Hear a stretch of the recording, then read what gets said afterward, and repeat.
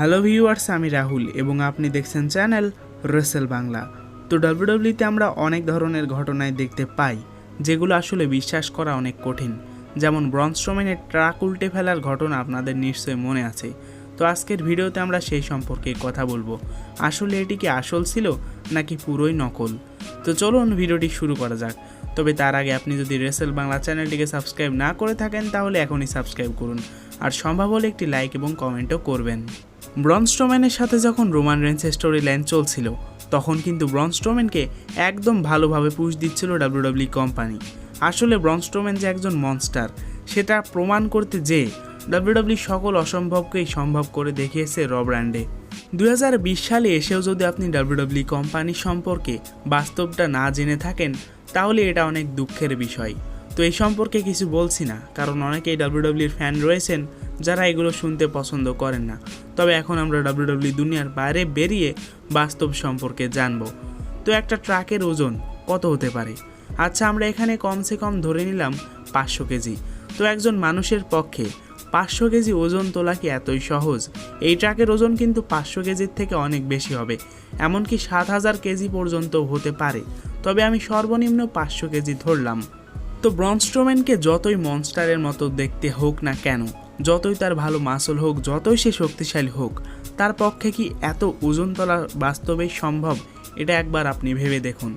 আর একটা জিনিস খেয়াল করবেন, একটা ছোট জিনিস যার ওজন বেশি সেটা তুলতে সমস্যা হয় না, তবে একটা বড় জিনিস যার ওজন কম সেটা তুলতেও কিন্তু বেশ সমস্যা হয়। তো এক্ষেত্রে ট্রাকের ওজন বেশি হওয়া সত্ত্বেও ট্রাকটি কিন্তু আকারে বেশ অনেকটাই বড় ছিল, যার ফলে এটা তোলা আরও বেশি কঠিন হয়ে দাঁড়াবে। তো ব্রন স্ট্রোম্যান এটা কিভাবে তুলল? আসলে এর পেছনে রয়েছে ডাব্লিউডাব্লিউ কোম্পানির কারসাজি, এবং এগুলো অনেক ইন্টারভিউতে আগেই প্রকাশ করা হয়ে গেছে। হাইড্রোলিক্স সম্পর্কে কিন্তু আমরা সকলেই বেশ পরিচিত, কারণ এই হাইড্রোলিক্সের ব্যবহার আমরা আশেপাশে অনেক দেখে থাকি।